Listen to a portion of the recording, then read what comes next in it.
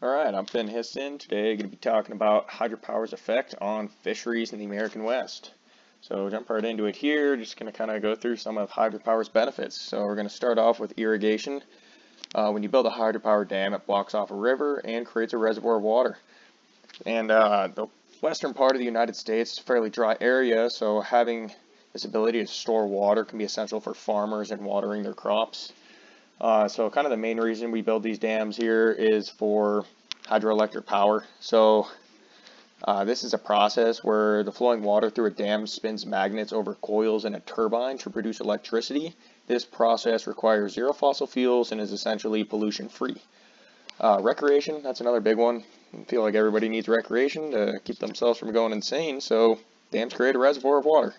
And that can support many activities like boating, fishing, waterfowl hunting, swimming, kayaking, you name it. Flood control, that's huge as well out here in the West. We have some major rain events that can push a lot of water down through a river. Also with a melting snowpack can do that too. Having these reservoirs is kind of a holding pattern for this water to really help from these big flood events down in the valleys. Drinking water, everyone needs drinking water. Rivers are fresh water. Bozeman's actually a good example of this. We use Highlight Reservoir for our drinking water. We run that down, run it through a treatment facility, and it comes right out your kitchen sink as clean drinking water.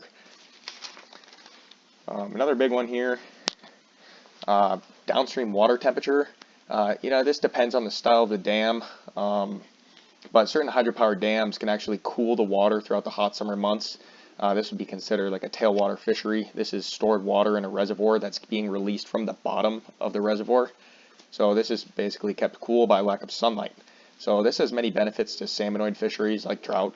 Trout are salmonoid, so these are cold water fish. And with global warming becoming a bigger issue every year, these tailwater dams are helping to keep our fish healthy every summer. A good example of this would be the Upper Madison River, also close to home here.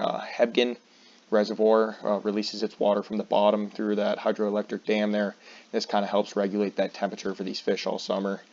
Moving on to some setbacks here, probably the biggest one is going to be fish migration. So dams block rivers, and this can be a major problem for fish like salmon and steelhead. Most of the migration paths for these fish are blocked right now actually, and that's had major problems for these fish populations. And these are major industries here in the commercial and recreational industry. So they serve a major purpose in the ecosystem as well. They provide food for many of different animals. Organic buildup in reservoirs. Some reservoirs are pretty much stagnant, so this can allow this organic material to build up near a tailwater or near a hydroelectric dam here, and it creates these algae blooms, and that can deplete oxygen from the water. That can have negative impacts on pretty much all aquatic species.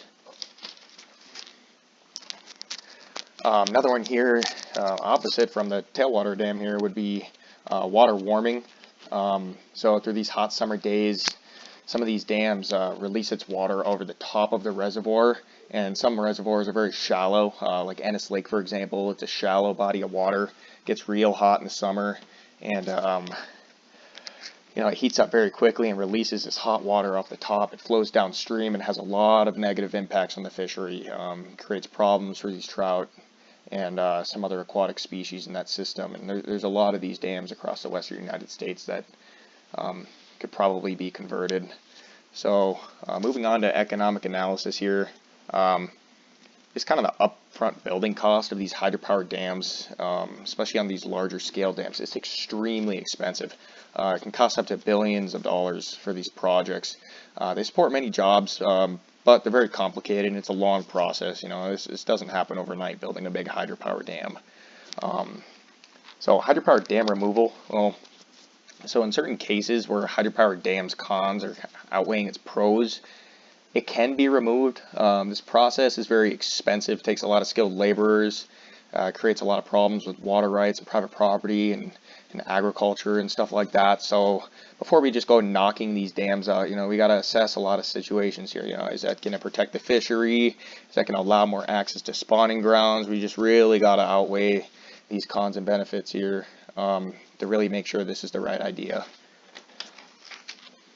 So moving on to scale. Well, first I'm just going to say scale of the fishing industry for recreational and commercial. It's massive. Supports many jobs and livelihoods for many Americans, and we need to protect our western rivers so we can keep this source sustainable. Water that's not passable. Not all hydropower dams are bad, but there are a few that block passage for salmon and steelhead, especially on like the Columbia River. There's a couple dams on that block thousands of miles of spawning grounds up in the western United States here, and these are major issues. So that brings me into alternative energy analysis here. Fish ladders. That's probably one of the biggest things we could do for these big dams here.